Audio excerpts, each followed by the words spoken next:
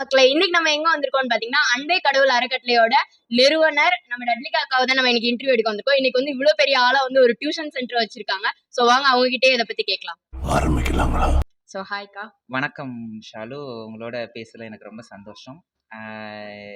இன்றைக்கு வந்து திண்டுக்கல்ல ஒரு திருநங்கையா வந்து மாணவர்களுக்கான இலவச மாலை நேர படிப்பகத்தை நான் முத்திரம்பட்டி கிராமத்துல உருவாக்கியிருக்கிறேன்.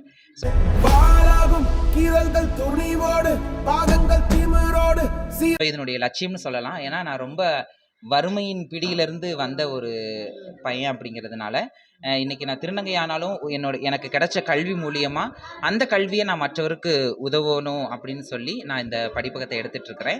ஸோ வந்து ஏன்னா கல்வியால் எதை வேணால் சாதிக்க முடியும். திரைப்பட வசனம் மாதிரி நம்ம சொத்து இருந்தால் நம்மள்ட்ட பிடிங்குவாங்க, பணம் இருந்தால் அடித்து எடுத்துக்குவாங்க.